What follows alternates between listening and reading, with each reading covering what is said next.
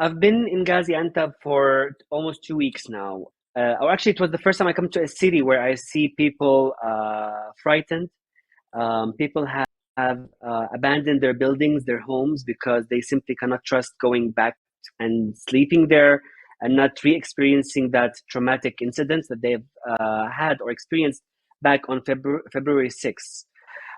We can see that this situation has resulted in so many people in need of home, of shelters, of basic items as assistance, such as food, clean water, sources to stay warm. This was the same for people from both sides of the border. For Syria, we know it was a bit more challenging, and it was more of, as we described at the IRC, it's a crisis within another crisis, because they've had a devastating economy that they were living in, high inflation, high prices. They could not afford fuel. They could not afford food in general. Food insecurity levels were high. Some of them, obviously, with the weather, some of them were losing their tents because it gets really windy. So it was just so many, let's say, suffering happening in northern Syria. And this earthquake has made things worse. It just exacerbated the suffering, it exacerbated the needs. And now people are in need of shelter. They're in need of everything from all over again. We need to do something, all of us, to ensure that less suffering is happening, and we can get more assistance to those who have been heavily affected or directly affected. So with the International Rescue Committee, the IRC, we have had an office in Gaziantep that was operating just to respond to northern Syria. However, after this earthquake, we've launched a response where we wanted to be present and in Syria. We're working with partners for now in Turkey as a start. We have one partner that we're about to start working with, but also we are in the process of finishing agreements with other partners so we can start other types of programs. For now, our partners are present in different cities, not just in Gaziantep. Also, once the earthquake happened, we did instantly, within the next 2 days, we ramped up the support and we provided some budget support to our partners in both Turkey and Syria. So it was not just this health program, but also just supporting the partners so they can scale up and work faster and get to more people on the ground in both Turkey and Syria. There are upcoming programs that we are working on that include protection. We know that protection is quite significant when it comes to crises, whether they were armed conflict or natural disasters.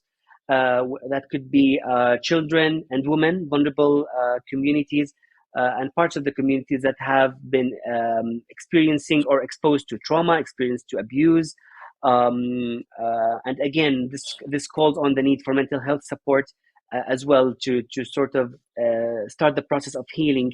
As we know, this is quite important for everyone who has experienced such tragic event. The earthquake or the earthquakes in plural that happened in the last 3 weeks, they were of a huge scale. This region, in this part of the world, we are not used to this type of strong hit and do so much damage. We can see that, for example, Hatay was almost 90% damaged or destroyed, which is heartbreaking. The same thing happened again across Turkey and Syria. And so the countries, both Turkey and Syria, were not totally prepared to deal or to respond to such event. We think this should be a wake-up call for everyone to understand that for Turkey, we need to respond faster, but for Syria, people have been enduring a 12-year conflict and their needs were not covered. They were increasing by year and even by months. And now with this earthquake, we can imagine how huge that is. This earthquake has impacted at least 18 million people. So this is quite significant as a number if we look at it. It has damaged tens of thousands of buildings across both countries. It has, sadly, it has killed over 45,000 people. It's injured over 100,000 people. We totally think that the international community failed the Syrian people because the assistance wasn't delivered on time. You have no gas supplies. You can't stay warm. It was snowing. Already you have a lack of access to clean water and to food. So it's just so many challenges and sufferings that these people have endured. This earthquake had led to damage on the road, the infrastructure, even for the border crossing. There is one official border crossing between Syria and Turkey that the UN can use, which is called Bab al-Hawa. And we received reports that there was damage or some damages happening along the way. So this has also hindered the access and the trucks to go through that border or the crossing point. Right now, with the UN Security Council allowing two additional border crossing points, which are Bab al-Salam and Al-Ra'i, we are hopeful that this is a positive move. More assistance is coming into the people in northern Syria. Still, we do not have official reports of how many people are receiving the assistance from those two additional borders. We do know that it will only last for 3 months, so the timeline is quite of a concern. I think as we've mentioned, this earthquake is certainly an emergency within another emergency. Mm-hmm. And for people around the world, they need to remember that crises happen the whole time. Unfortunately, that's how we've been seeing. Whether we're talking about armed conflict or talking about natural disasters, we need to acknowledge that earthquakes do not respect borders. In our case, they've reached Lebanon, they've reached Iraq, even they've reached Egypt. So they were significant. People have felt them.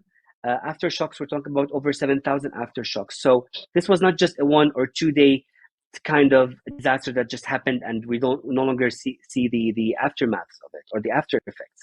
So what we need to understand that the international community needs to step up its efforts.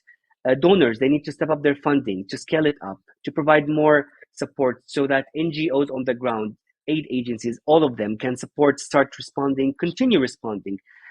We can definitely see that NGOs are responding, but we need to make sure that there's enough funding to cover all the needs.